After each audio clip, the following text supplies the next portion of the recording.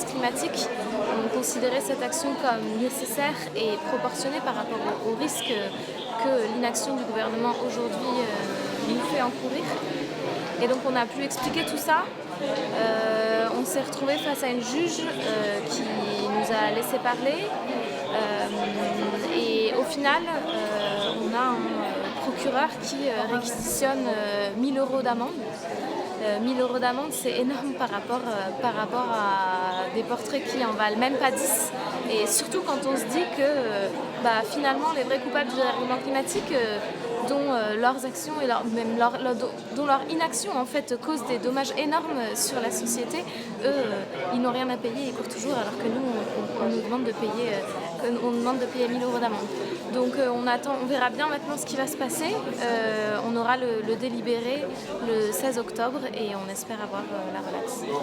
L'objectif, c'était de mener une action symbolique pour interpeller Emmanuel Macron et alerter l'opinion publique de manière générale sur son inaction, pour laisser un vide symbolisant celui de sa politique face à l'urgence climatique et sociale, et surtout pour dénoncer le double discours d'Emmanuel Macron aujourd'hui qui, d'un côté, fait des beaux discours sur le climat, sur la scène internationale, se targue d'être un champion de la Terre, et de l'autre n'agit pas, voire prend des décisions contraires à la lutte contre le dérèglement climatique en France.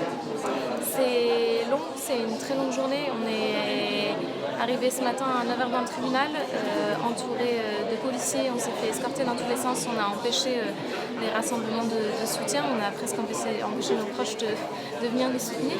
On est arrivé à 9h au tribunal et on en ressort à presque 20h.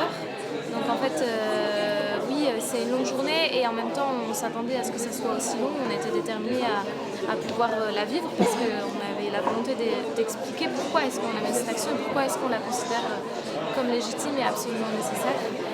Et voilà, donc aujourd'hui, là, on attend de rejoindre l'ensemble des personnes qui nous ont soutenus, qu'on n'a finalement pas trouvé aujourd'hui.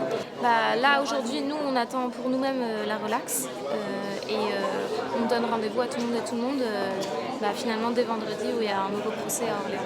De toute façon, la perspective des impacts du dérèglement climatique est bien plus angoissante que l'idée d'avoir un casier judiciaire, mais je pense que l'objectif d'aujourd'hui, d'en faire au final pas seulement notre procès, mais celui d'une action climatique et sociale d'Emmanuel Macron, est réussi parce qu'on arrive à faire passer ce message-là. Il y a plein de gens qui sont venus nous soutenir et qui sont venus pour le faire. Et c'est aussi un message qu'on a réussi à faire passer dans l'audience. Donc oui, objectif atteint sur ce niveau-là, malgré les tentatives de la police de nous empêcher de le faire en empêchant les rassemblements.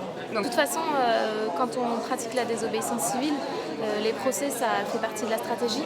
Et on sait qu'en posant un dilemme à son adversaire, donc en lui proposant de soit ne pas poursuivre, mais finalement, s'il ne poursuit pas, ça veut dire légitimer l'action de l'autre, ou alors, s'il choisit de poursuivre, dans tous les cas, on s'en sert à notre avantage et on l'utilise derrière pour faire passer notre message. Donc c'était préparé, on a pris les risques juridiques, ça fait partie de la stratégie. C'est pas facile personnellement de se retrouver exposé médiatiquement de la sorte.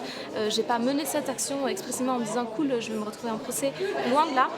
J'ai pas demandé qu'on mette le bureau de lutte antiterroriste sur le coup et j'ai pas demandé à risquer 5 ans d'emprisonnement et 75 000 € d'amende, mais je l'ai fait en connaissance de cause et j'assume totalement mes actes. Oui, on voit depuis 2018, en fait, depuis la démission de Nicolas Hulot et même quelques mois auparavant, en fait, on démultiplie les formations, on a des groupes qui explosent. Aujourd'hui, on arrive à mener des actions en pleine semaine avec plus de 300 personnes et en fait, on remarque qu'il y a de plus en plus de gens et beaucoup de jeunes qui sont prêts à passer à la désobéissance civile parce que, en fait, aujourd'hui, très clairement, les impacts du dérèglement climatique leur font beaucoup plus peur que l'idée de transgresser des lois injustes ou un système injuste qui nous mène droit dans le mur.